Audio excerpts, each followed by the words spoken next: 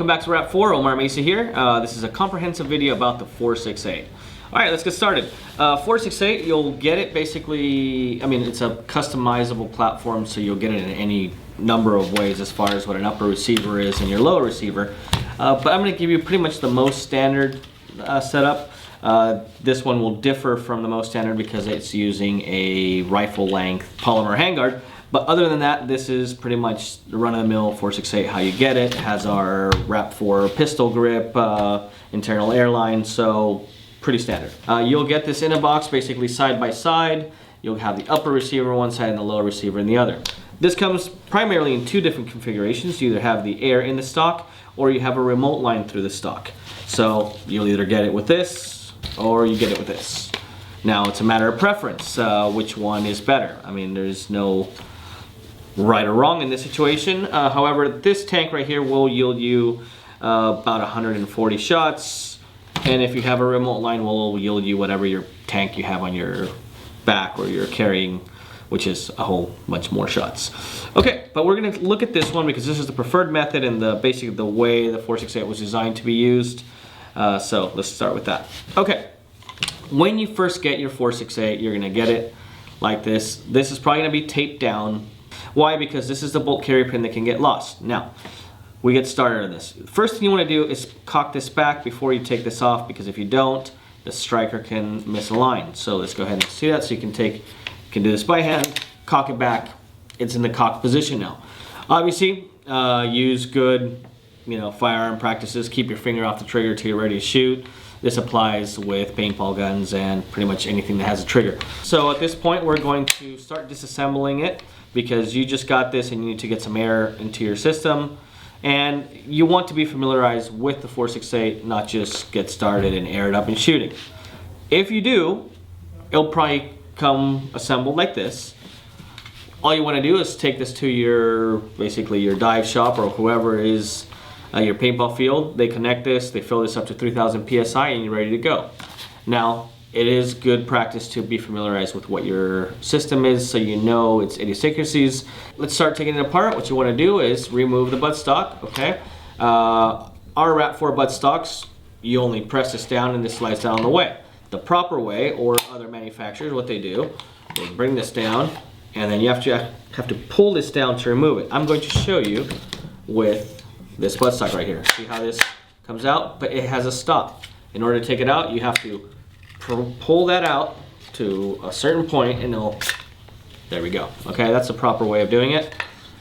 These right here don't quite have that, but it's very good, very easy access. So this is more for the paintballer in mind. Easy access, so you can take it out, do your velocity adjustment and whatnot. So it works. Just be mindful of that when you're pulling it back for your length of pull, that you don't pull it right off. Here you have your tank. You're gonna press your guide bar. This is what keeps your buttstock from rotating freely. So you press this button right here, and now you have your tank. Now, this is before you ever aired it up, or if you've already aired it up, you want to remove this before you get into any of your internal components. It's actually a good measure to remove the tank before you even split the receiver. But again, from a new gun, it will be split for you already, so this is what we do. Take off the tank. Tank comes off. All right, at this point, we have the lower receiver. We're going to gain access to the velocity adjustment, the drive spring, and the striker. Okay, this all comes together all at once. So there we go. It's a twist lock mechanism. So let me go ahead and do that again. So this comes in. Now this is under quite a bit of spring tension. So you're going to press it in and twist it counterclockwise to take it out. Okay. Here's your spring. Now I'm going to put this over that because it's the way that you get it when it's brand new. It's full of grease, and it's just it's good measure to have it that way. Now, since we're on the grease factor, these really would, all these systems really prefer a silicone oil during operation, but this really depends on the user. All right, magwell. All these we haven't gone to the pins yet, but they're all push takedown pins that don't come off the receiver. But what you want to do with this is just push it out, pull it all the way, and you take your mag well, and you also get this part right here, which is the anti-drop mechanism. So with that, and I'll explain more to you about what the anti-drop is, but the anti-drop is something to prevent paintballs or first strike rounds or shape projectile rounds from coming out of the mag well when you're doing tactical reloads. That's a very important thing, and currently the 468 is the only system and platform that you can do that with. Okay, at this point we pretty much have a full breakdown. This is just so you know exactly what the system is, what your components are. For the troubleshooting part of the video, we'll get into the inside of the valve and what you want to look out for, leaks and everything else. Right now we're just doing kind of a very general standard of what you should break down in between games, or you know, to clean it up and whatnot. So here we go. This is the main breakdown of the load receiver. You have your striker, you have your buffer, your striker spring or your velocity spring, your velocity adjustment. Velocity adjusts by turning this counterclockwise. So if you're looking at it, you're turning counterclockwise and clockwise to decrease it, counterclockwise to increase, and counterclockwise to decrease. Okay, you will get this all the way in, so you cannot decrease the velocity any more than what you will get this. So you know, and we'll touch up on how velocity issues and what you can do to drop your velocity further if you have to on the troubleshooting side. Again, this was developed as a training tool, so it generally runs right at the 300 mark, so it runs a little hot. Okay, now we go back. So your mag well, you insert it right here. You have two rail tabs. Come down on it, slide it in. This is what you should expect at this point. You have your takedown pin. Now, your takedown pin, what you want to do is take it to a halfway point right here. And you'll see it from the inside. You don't want to go through all the way because you have not installed your anti-drop kit yet. So you want to put it just to the first tab. There's a hinge. Let me go ahead and actually point that out to you before we do that. The way this fits when it's inside there, it goes inside. These get connected through the hinge. So this is a hinge tab, which is also what holds your mag well in place. This is what we want to install once the mag well is on. So you'll take this off, put it through. At this point, what you want to do, you can do this either from the top or from the bottom, but there's a step on the mag well where the anti-drop mechanism will click onto. So we'll put it through. There we go. So it went right through. Now, at this point, you'll see that it's down. You don't want to keep it down or else your upper receiver won't be able to close. You want to press it in till it goes click. Okay? You can inspect this to see that it's correct by kind of manually opening, and you'll see that the trap mechanism basically is once the arches basically connect, it will open the path for the paintball or shape projectiles, and when it's not, well, it won't. And the way that works, just to show you, there's a paintball that's in there, but it's not dropping out because, so I can take it this way, it'll drop out. Yep, sorry. If I go that direction, it won't drop out because of the trap mechanism. If I press that in, it will fall out. So you can just kind of inspect that it's working properly at that point. All right, so we're good there. There's a seal that goes in between your upper and lower receiver. It's pretty self-explanatory. Just align it with the hole. Now, this is something that's easy to get lost, so be mindful of it, and of course you have extras. So we got the mag well assembled, we got everything there. We're gonna start assembling the drivetrain of this. So what we do, we take our striker, okay? What you wanna do is you put in the striker till it stops.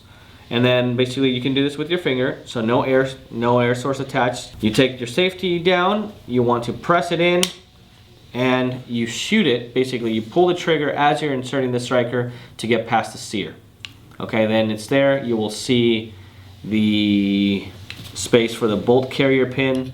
You're gonna want to align it at that point, put it inside. There we go.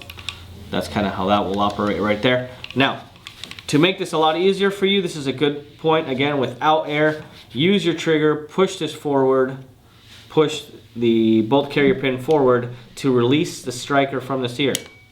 There we go. It's in the forward position now. Now, the reason why I'm suggesting that you do this, because it's going to make your life a lot easier to insert your striker spring and whole rear assembly. Okay, so we put the spring inside, you take your buffer, put the buffer in there as well, velocity adjustment. Now we're going to go clockwise to lock it in, so put it in all the way and clockwise. You want to cock this back before you assemble it because right now the valve is in an open position, so if you put the air source, it's just gonna, you're gonna get air coming out the port here, and you don't want that. Okay, so it's in there.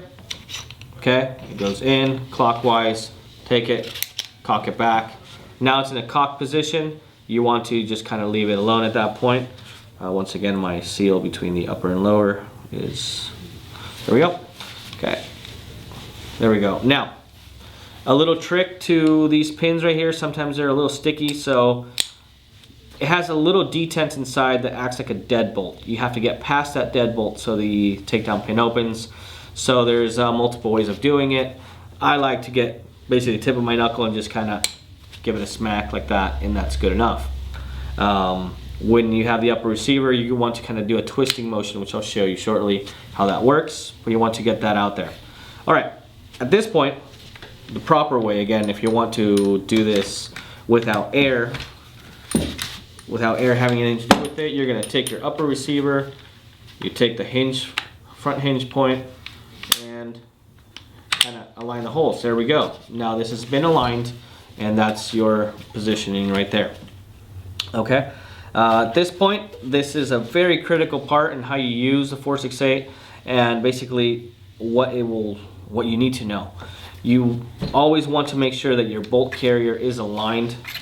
Your bolt and bolt carrier is aligned with your bolt carrier pin, because this is an area that can cause you some problems, and this is basically the hardest or the biggest learning curve of the 468 versus other systems. Other systems don't allow you to split the receiver this way, so therefore this is what you must learn with the 468, and just its mechanism. As far as the upper goes, we haven't really gotten into much detail, but the upper is pretty simple. You have your charging handle assembly. It does not come out. It's all there. There is a full teardown that you can gain access to all those components, but the truth is that they rarely fail, and I mean you don't need to do much to service or to take care of them. The lock bolt system's inside here.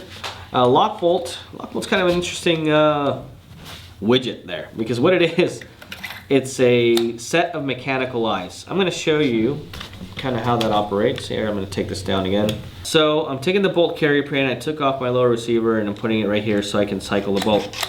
Okay? Now, this is what I want to show you. Basically, with this type of system, the bolt and bolt carrier move forward with the striker. It's an open bolt system, so it hits the poppet and you get blowback and everything comes right back. On a normal paintball marker, what you'll get, which the system has been around forever, so it's and by this system I mean the type of valve system that this is using. It's one of the first and most trusted systems in paintball, so that's why we went with it. What you want to do is, well, what the lock bolt's doing actually, it's stopping the bolt from going forward unless there's a round, and that be either a shaped projectile or a paintball round that's properly chambered in order to allow the bolt to go forward. So right now, I'm trying to push it forward, but it does not go forward because there is no round pressing the secondary sear that the lock bolt unit utilizes. So I'm going to go ahead and press that sear down out of the way, and now you can see how the bolt moves forward. Now, with that bolt moving forward, that's your firing cycle on a paintball marker, and that's how it operates here. But you actually need the round to press the lock bolt system out of the way for the bolt to come forward. Otherwise, it will not do it. Now, the greatest advantage to that is that chops are a thing of the past. I mean, to 99.9%, I mean, there's been very few cases of chopping on this thing directly, and it's been out almost a year now, and we have people out there that have never had a chop, not once, and that's something to be said about the lock bolt. Now, that does not mean that breaks are impossible and that this is a system that you'll never see or you never have to clean broken paint. That is not the case. There are certain mistakes that can be made that will crush paint inside the chamber because the mag well was inserted wrong, so it's something that we can touch up a little bit later. You could also have a paintball break in the barrel because the integrity of the paintball has been compromised either by conditions of the paintball itself or weather or many other things. So you'll still have to put a squeegee to this thing every once in a while and keep it clean to get the best accuracy and consistency out of your shots. Okay, but the actual chop, which a chop, if we define it by a paintball being halfway into the breech, getting hit by a bolt and being cut in half, or any of the moon stages, crescent shape or whatever, the chop is not happening anymore because of the lock bolt. Okay, the lock bolt also does a great feature, which, you know, this is for a tactical side of paintball, if you want to look at it that way. When you run out of air on a standard paintball marker, everybody knows, because there's a very distinct burping sound that the bolt is bouncing, and the bolt and bolt carrier and the striker is bouncing off the poppet, and it's just going. So everybody knows you're out of air. People will come after you, and you're gonna lose the game, unless you have a pistol or something. But okay, so that's the secondary part of the lock bolt, which is very nice. Even third one would be with a system like this with a 468. It's out of rounds indicator. So just like a AR-15 M4 platform, when you're out of rounds, it's going to lock back, and you have to insert a new mag and go through a sequence of movements before you're back and ready to go. On an AR M4, you can either pull the charging handle back or hit the bolt release. Now, this is an open bolt system, so hitting the bolt release will actually cause it to fire, so it doesn't have a bolt release. Okay, closed bolt systems in the future will implement that technology, but right now we're talking about your standard 468. It does not. Okay, so we were in the assembly process of the 468. I think that covers mostly what you want to know about your upper receiver, your lock bolt, your maintenance of your lock bolt. It's just keeping it clean. That's it. All right, we take our bolt carrier pin, reinsert it on the striker. Remember, the striker was cocked back, so the alignment hole is facing the zenith or facing up. So you want to make sure that that's in place. We take our pin again. This is a long handguard, so it's a little hard to maneuver. Okay, so your bolts and bolt carrier. Now, right now, it just aligned perfectly. Lucky me. It's not always going to happen. Okay, so what you want to do is be familiarized with what you're doing. And what you're doing is you're taking your bolt and you're aligning it to the bolt carrier pin as you're closing it. That's what you're doing. That's what you want to do. Now, in this case, like I said, it just happened to be right there and everything was just fine and dandy, but sometimes it's not gonna, life is not going to treat you so nice. So, take your bolt carrier pin. Now, if it comes out on the top, it's actually kind of a nice thing because you have access to take it out. See, it gets stuck in the top. You actually have something to handle and take out your bolt. But be mindful, because this is a part you can lose. You do get an extra one inside your parts kit, but if you didn't bring it with you, you're out in the field, it's gonna be a problem. All right, so you take this. Now, just to give you an explanation, being inside here, what you're gonna do, so let's say it's slightly unaligned. You're gonna pull the charging handle ever so slightly till it aligns and then closes up, okay? I'm gonna show you what that's like right now. So I'm going to overcompensate for this by putting this a little farther back so the lock bolt's holding it in place.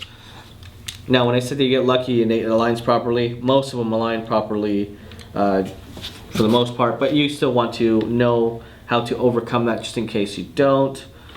Okay, so right there, I cannot close the receiver. I cannot do anything more. So I'm going to take the charging handle back, pull it ever so slightly till I feel it drop down, and now it's dropped down. Okay, without air, this is what you want to do to make sure that the bolt carrier, bolt, and striker are properly aligned. You're gonna pull the trigger, cock it back, pull the trigger, cock it back. Okay. When this is pulled back, cocked back, actually let me go ahead and fire it. As you can see, this is the lock bolt catching. Click. That's what it's doing. The bolt's not going forward. You have a chamber indicator right here, and you can see that there's no bolt there. Okay, what you want to do to fully test this, I mean, if you really want to know, be sure that that is aligned. You kind of hold your charging handle back. I'm going to use my guide bar here. The lock bolt's a shiny, basically steel component in contrast to a black anodized aluminum all around it, so it's very easy to see. I'm going to press it down out of the way as I'm holding the charging handle back. If you don't do that, it's gonna bite the lock bolt, and you don't want that either. Okay, so I do it just till the bolt gets past. The bolt is forward. At this point, your trigger should be inactive and doing nothing. Now we're at the point of airing up your system, aligning your buttstock. Okay, something more before we get there, I'm sorry. Something more needs to be said. Cocking it back. Over the past year, I've seen a lot of people do this. They take it back and they feel it stops. This is a very comfortable pull, and they stop here and they go, okay, they click it the first time, click, it hits a lock bolt, they do it again, trigger's inactive, they do it again, trigger's inactive, and again, trigger's inactive. You want to take this right here, take it to your first stop. That's where you're actually starting to cock or charge or actually move the bolt carrier back. So this whole area right here is just, it's just a dead movement. Okay, it's actually till you get to a stop, that's when you start cocking it back. That's where it takes some effort and force, and you hear that click. It's actually kind of a distinct, audible signature of what the difference is. So I'm gonna go ahead and fire it off again. It's hitting the lock bolt. If I do this, nothing's gonna happen. So I take it to this point where it starts and click back. It actually pings. It goes bing. Okay. Granted, if you're in the middle of a game, you're not going to know, you're not going to hear that. But by that point, I hope that you're familiarized with what it feels like. This is going to go to this point, and you take it back all the way. It's that last bit right there that's going to cock it back every time. Cool. All right, so now we're at the air stage. So you got this filled up, 3,000 PSI if you're going to do this option. Use all your care and handling with air sources. Don't leave this in the car, everything else that you want to do. So this is a lot of pressure. You want to take the right precautions. Installing your air source, it's just thread it onto the ASA on the receiver, the ASA adapter. You're going to put it in. Now, at some point you will hear, once it gets past the blow off relief port right there, you're going to hear it air up. It's going to go, basically there's like a little hiss sound that you need to go. Okay, now, very important. This tank does not need, under design, testing, and operation, does not need to be tightened down all the way where it can't move anymore. Okay, it's not needed, it's not required, and in most cases you don't want to do it because there's no way to control where this is going to end up. So right now the valve is facing that way, pretty much like the 2 o'clock position. You don't want that because, well, number one, remember you have to put this all the way back. If the valve is here, the gauge, if the gauge is here, you can't cock it back. If the lock bolt activates, you cannot recock it because the gauge is in the way. So you screwed it in all the way and you take it back about that much. About that much is the gauge. You want the gauge in about the 5 o'clock position when you're facing the rifle. So if I'm facing out this way, I want the gauge to be at 5 o'clock position. Okay, there's a reason for that, because now you have access to your velocity adjustment and everything, even if the air tank is on. That's very useful because we get to the chrono. You can press this out of the way and I can adjust my velocity while the air source is on and everything else. Okay, there's also a hex wrench tool, setting that you can go through this whole assembly and use it, but realistically this thing was made to be toolless, so you want to go about it this way. Alright, okay, it's a little tricky to get in there, but there we go. Remember, it's counterclockwise, well, clockwise to put it back in, counterclockwise to remove. Now we're at a point at the guide bar. Okay, we put this inside while pressing the button, and now you want to press this all the way in. Okay, and you're going to test by manually grabbing this bar and pulling on it. You want to test that, just make sure that it's not going to fall apart on you out in the field or anything else. Once it's in there, it's very secure. It's not going to go anywhere. Take your buttstock, put it over the guide bar, align everything together. In this case, you can press it out of the way, and it's in there. you now have a 468 that's properly functioning, aired up, adequately assembled to the point where it's going to be safe. You're going to protect the receiver and you'll have no problems. Okay, we can go ahead and test it. So cock it all the way back, lock bolt engaged, cock it all the way back, lock bolt engaged. I'm going to go ahead and show you the DMAG system, this with the 468, what you're going to do with it. Now, there are other methods or other magazine systems that the 468 is adaptable to use, but the future of our magazine systems will be the DMAG tower, the DMAG platform. Not necessarily the DMAG itself, but at least the DMAG dimensions. Very simple. You take your DMAG, you have your paintballs. Okay, this is a twin 10 stack rounds. It's a 20 round magazine, meaning there's 10 rounds on either side, and that should probably be more than enough. Okay, so you take your magazine and the rounds just go right over the top and down. That's it. That's all it really takes to load your rounds. Okay, perfect. All the way down. You count your 10 rounds. Now, when you get to the end, you want the follower to lock down in there. Now, you can do this either kind of by pressing on the stack of paintballs and the locking mechanism at the same time. Okay, there we go. So the stack is now locked in there, and what that means is that you have no pressure inside your paintballs or on your paintballs that will dimple them or change the shape. In most cases, in a very hot, humid day, well, it's going to change shape just because it's very hot and humid. But this will alleviate a lot of that. So now, there's another way to do this ahead of time. You can take a dowel, something that's about that same size. Take your follower, press it down, pre-lock it before you load your rounds. That's another way of doing it. Either which way, you'll get familiarized with the DMAGs and how they work like that. Okay. Before we load the DMAG onto the 468, I want to explain to you about the anti-drop system and how and what it does. I already showed you the positive side of the, basically the tactical reload, and what you can do is you can take out a magazine without dropping rounds. But let me tell you what it also does. It kind of holds 2 rounds as a buffer. So 2 rounds that will not be shot are inside there. So if you want to shoot your 10 rounds out of your magazine, you want to preload your 468 with 2 paintballs or 2 shape projectiles and so forth. Okay, your DMAG, same thing. We have shape projectile DMAGs where the same loading process, you take your shape projectile and put it right over the top and it drops down. Same thing. Okay, so how do you put inside, or how do you put in the buffer rounds and remove the buffer rounds? It's a good time to do it. So cock it back. Again, always cock it back before anything you do. Before you open it, before you close it. It's even safe practice to cock it back before you're loading a magazine, just so you're ready to fire as soon as you put it in. Okay, you take your round, put it on the trap system, which is not going to drop in because it's trapping it from coming out, but also from coming in. You take it past there and just press it inside. Now we have 2 rounds inside there.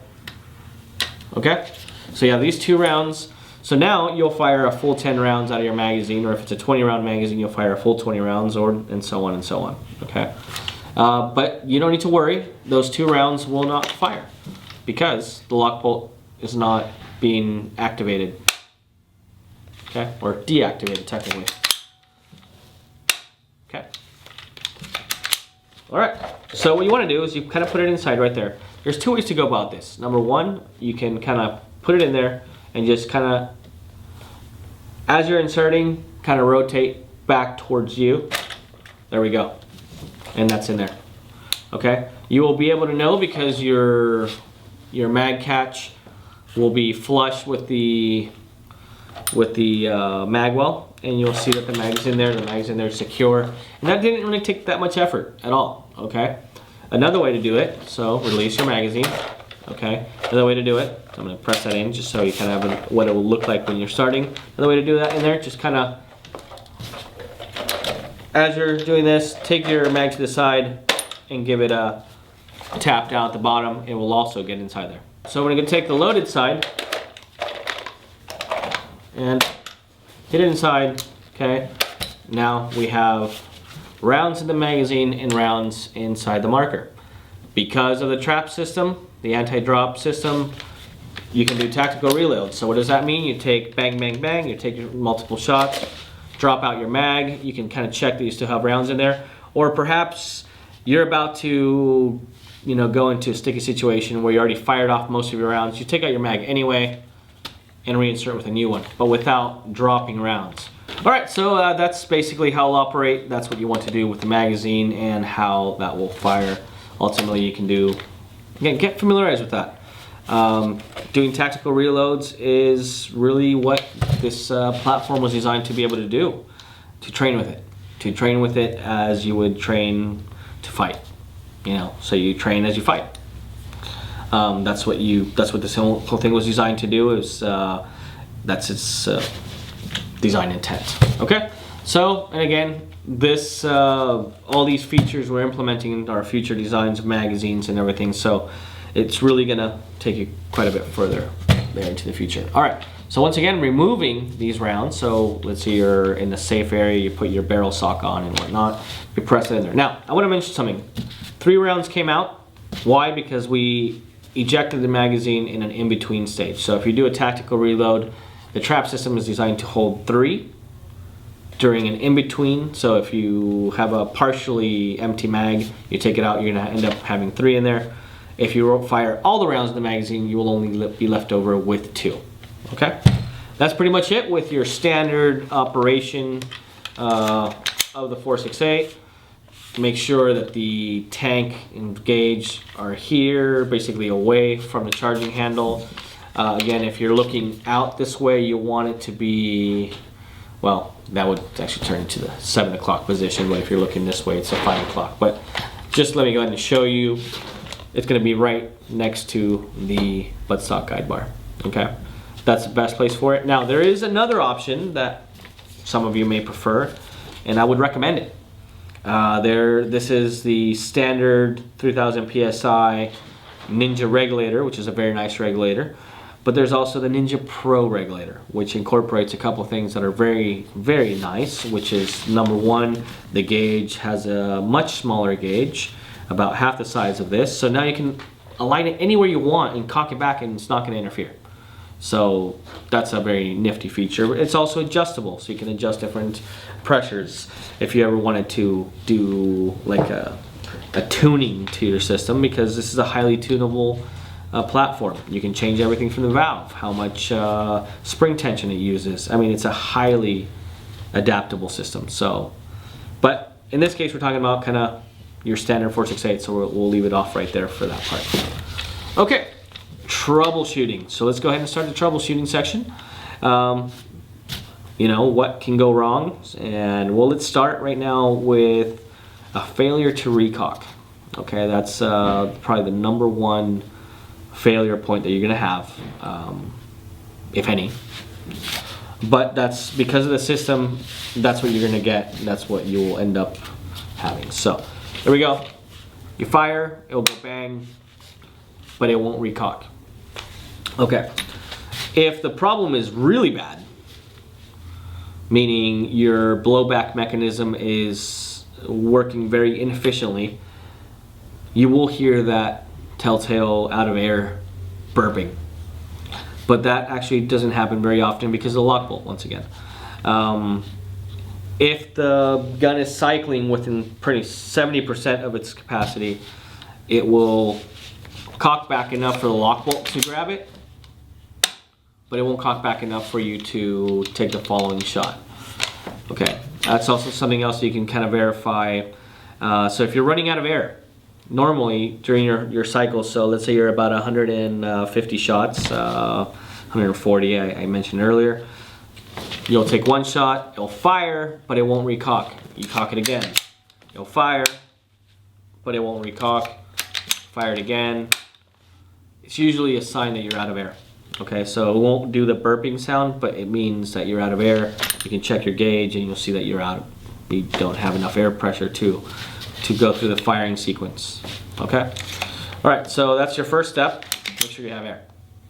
I don't want to call it troubleshooting, but it's actually a troubleshooting tool. Make sure you have air. Okay, so back again to disassembly. Make sure you cock it back all the way. That's the first thing you want to do. Take off your buttstock. Okay. These came apart, but it's actually no problem. Put it right back in place. Remove your air source. All right. Take your 468, pin out. Again, before you do this, you want to make sure that you cock the back, pin out, split the receiver, take out your bolt and bolt carrier. These came together, like I mentioned before. It can be here, but in this case, since we're doing basically your first step in troubleshooting, take your velocity adjustment bar out. Okay, and at this point you want to take out your striker. There you go.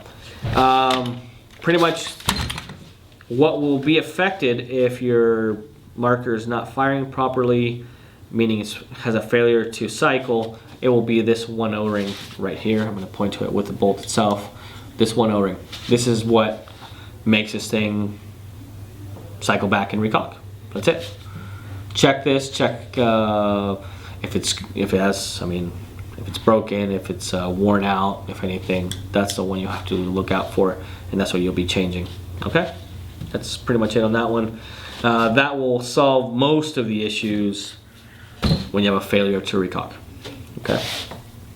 Leaks would probably be the second thing to look at on troubleshooting. You're not holding air very long, or if you leave it overnight and it basically empties out, you want to look in a couple of areas. All right, so we're going to go ahead and take this part again. Now, I mentioned earlier that if you want to take off this, it's a little hard to get out. You can either kind of tap the takedown pin, or as you're taking it out, just kind of wiggle from side to side the upper receiver, and you'll notice how it just kind of almost takes the pin out for you, which is very nice. Okay, we're going to go ahead and take out the magwell and trap system. Magwell, trap system, they're out, the anti-drop kit. Okay, this is actually a troubleshooting guide at this point. With the striker removed and everything out of place, this is a place where you can kind of use your air source to find out what's happening. You put it back inside. At this point, it doesn't matter. Go ahead and put it in as far as you want, because you're not sticking anything in there. Okay, so this goes inside. This is a place you'll see whether this is holding air. If it's not holding air, you need to identify where the air is coming from. You know, I would say listen to it, but listening to it is kind of a dangerous method of doing it, because you're putting your ear or your face to where it is. Granted, many of us do that, but the preferred way, if you're able to, if you're not out in the field, get yourself a little bit of water. Okay, so first thing you want to do is submerge the tip till, I'm going to say, the O on the stop. If you can see that right there. All right, and you're going to confirm that the leak is not coming from there. That's my ISO to the O on the stop. You submerge that in water. If you see that it's you have air bubbles coming out, well then you know, or you'll identify that the air is being leaked out from the valve cover assembly area or something along those lines. Okay, the second place where, and truthfully the most common, if you're going to have a leak at all, will be from the poppet exhaust port. Okay, and that means that you had some debris get caught between your poppet and the valve face, or, you know, I mean, that's usually the case. Or you have a bad poppet. I mean, there is no guarantee in life that everything is 100%, so what we can guarantee is for you to recover from it, and to recover from it very easily. Okay, so we're going to take our velocity adjuster. So now we're going to go ahead and, well, before that, you would remove your air source because you identified that the air is leaking from your poppet exhaust port. So let's go ahead and remove the air source. Okay, and now this is a totally toolless system or an integrated tool system, depends on which way you want to look at it. Okay, so we're going to take out the valve cover assembly. We're going to use our velocity adjuster. We align that part right there. We take the back of the bolt. So this is where it's no longer toolless, but you don't have to have any special tools. You have all the tools you need within your own marker. So I press this through. I gained access to my basically the push pin that holds everything there. Take that out. As you're pressing this is on the spring tension, so you hold that out, and now we took off the front valve cover. Now, front valve cover is very important because it's not an active O-ring, but there is an O-ring holding back air. Now, it can be damaged when you're reinserting it or reattaching it to the marker. That's usually when it gets damaged. It's not something that you'll see much from a factory setting. Granted, it's possible, but very rare because, you know, these are assembled with care. Okay, so in this scenario, we had a poppet issue. So this is your poppet and your firing pin. And you would inspect the front of the firing pin, the front of the poppet to see if it has any debris either attached to it or on it and everything else. And you would look at the valve face. So you look inside, you look at the valve face and make sure that you don't have any debris around there. If it's not debris, it could be a micro crack or it could be any number of things. This is a Teflon poppet, so it actually adapts to the shape of the valve and the opening. So your best bet is just to unscrew your firing pin from the poppet, take a new poppet from your parts bag and replace it if the leak is coming from there. Now the other place where you would have a kind of factory, I'm gonna say leak, if you ever got this. Now keep in mind that all of these are tested before they go out, but sometimes O-rings have a lifespan that are shorter than others, or temperature fluctuations change that. So don't think that if you got yourself a marker that leaked, it wasn't tested or ran through, it's just, it happened to be luck of the draw that that particular O-ring or poppet or anything just kind of gave way. It happens. Okay. Again, showing you how to recover from any of this and having a stable platform is what we're truly interested in. So, you know, not being miraculously error-free, which is just not possible. Okay. The place where you could have a leak that you can either basically contact our RMA department or take care of it yourself. Usually the best way is to try to take care of it yourself first. If you are unable to accomplish it, then go ahead and contact us and we'll replace it for you or take care of that for you. You have 4 set screws, 2 in each hole in the front, and you have another 2 on the back near the ASA. Again, it's very rare that it happens, but I have seen it at least a couple times where these are leaking air out of these. Not much, it's normally a slow leak, but any leak is terrible in a pneumatic system. So what you want to do with that is you take that out. You take that out with, I believe, a 2mm Allen key. And then there is a rubber gasket that goes in between another set screw, so you would replace that little rubber gasket. And what you can use is basically it's the same diameter as an O-ring, so you cut a little piece and put it in between there. Like I said, that's normally something that you can try to do yourself, and you know, once you've done it, there's really no science to it or nothing to hold you back. But that's a factory issue that we should take care of for you, so you can send it back for that reason. Okay, reassembly. In this case, it was a poppet where we changed it. There's a flat on the poppet and the firing pin. You want to make sure that that's inserted and aligned in the facing. So you have the exhaust port hole. You're going to be able to see the flat.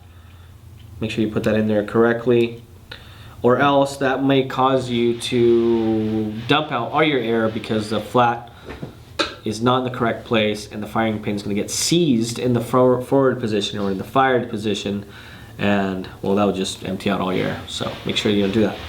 Okay, at this point you put it all the way in there. You can just kind of inspect, you can check that it is a flat facing up, which it is in this case. We take our valve. Now if you did this in the dirt or somewhere else, well, make sure you wipe this down first, or else you're gonna basically damage the front O-ring, and then you will have a new leak that you didn't have before. So okay, very simple. To take this out, you're going to want to take your pin that came out of there, but use the same direction that you took it out of, okay?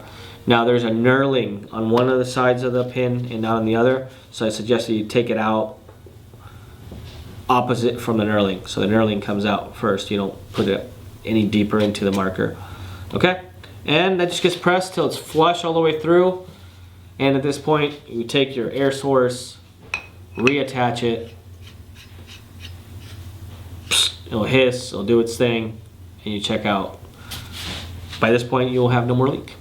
Okay, because you went through the steps to solve any leak issues. All right, so that's it as far as that part of the troubleshooting. Now let's talk about some other things that we've seen over the past year, and this is perhaps the most important one and something to keep track of and what you can do about it, and also basically what the steps to take. Okay, this one is all about the bolt carrier pin. The bolt carrier pin has been, design was changed from the moment this was designed to the moment it was basically put out into the market, because we wanted to make it easier on people to align the bolt and bolt carrier together. But because of that, there's this ring that's been implemented on this bolt carrier pin that hits the receiver during spikes or just repetitive firing, and that hitting the back of the receiver right here can cause a burr, and that burr will make the striker kind of not cycle as nice, or just kind of be problematic in that sense. Now, again, this is something that you can do one of two ways if you encounter this problem. I mean, many people did not even encounter it for the first place. I mean, there's countless games and whatnot. But if you do experience this problem, you have two ways of solving it. A file, and you basically take it. This is kind of like a rounded file. I've heard people use like a chainsaw file. I mean, there's many different options. You put this through at an angle, and you get rid of the burr, because the burr is being done on the underside of this thing. Now, if you don't feel comfortable with this, or you don't think you should have to do that, well, I agree with you. But it is because of the two-piece bolt carrier pin that it's happening. Future development on this will compensate for that. But current 468s that use the split pin will or may encounter that, so that's how you solve it. Take a little file at an angle, and you'll see that the striker comes in and out very easily. Again, if you don't feel that you should do that, or you don't have the tools, or don't want to go buy the tools, or whatever the case may be, call RAP4, we'll take care of it for you. All right, I think that pretty much covers it. We covered air, we covered the possible damage to the receiver that the bolt carrier pin can do. Again, it's not guaranteed to happen, but if it does, contact us. Perhaps the most important thing on operation on this, which I'll assemble it again just to kind of get that together, is make sure under any circumstance that the bolt carrier pin is aligned properly. And let me kind of explain what would happen under a circumstance that it does not. The one-piece bolt carrier pin will be something that looks similar to this. It doesn't come off the bolt, and it's very nice because you don't lose anything. This is a reason why we designed a split pin to begin with, and that's just because we were fearful of somebody taking the receiver, aligning it incorrectly, closing the upper receiver on the lower, and then firing. Because what will happen, and I'll show you right now, what will happen is, so let's say this is our upper and lower receiver, you closed it, but instead of putting it in the hole on the striker, it ended up behind. This is a perfect example of how this could happen, and this is why we made a split pin design. So you take your shot, bang. The striker will go forward, go through its full firing sequence, meaning it's going to hit the poppet valve, recock, but now it's going to hit the back of the striker against your bolt carrier pin, meaning your bolt did not move forward, it wasn't connected. It's going to hit the bolt carrier pin, and well, that right there can cause all kinds of terrible things. Let me tell you what that would be. The striker, if the bolt carrier pin is inside, it's designed to take that, so during this firing sequence it's going to handle it just fine, you won't have any problems. But if the bolt is behind the striker, it's going to go forward, come back, hit the bolt carrier pin, and now this thin part of the striker may deform. And if it deforms, you may not be able to take out the striker anymore because it deformed the striker to the point where it can't come out. At that point, you basically need to kind of either take like a power tool and file it down and replace your striker. That's the reason why we made this split design. And the split design, basically, it's, you know, lesser of two evils if somebody was to put the striker, the bolt carrier behind the striker incorrectly. Okay? So let's go through a final assembly just to kind of recap everything. You put in your striker, press the trigger as you're putting it inside. With the single piece bolt carrier, you wouldn't have to do this, but with the split piece, you'll put it in at this point.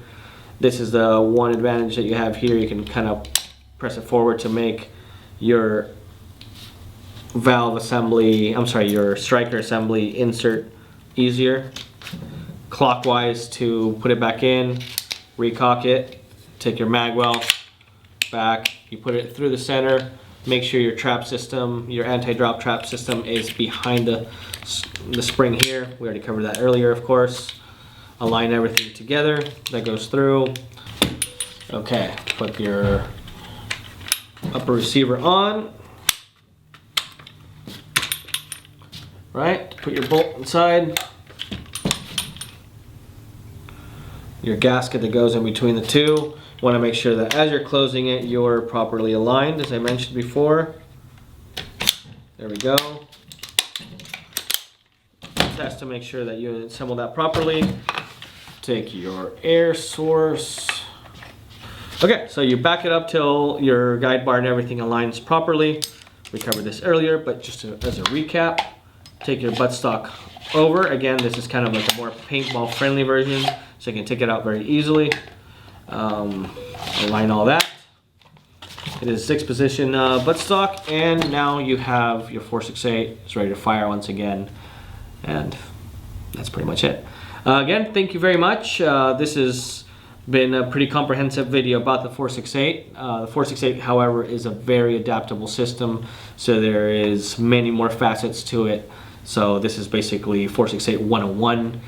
There's different magazine systems, different ways of tuning it, different ways of getting the best out of your 468. So stay tuned for more videos from RAP4, and of course you will find them at rap4.com and YouTube. Thank you very much.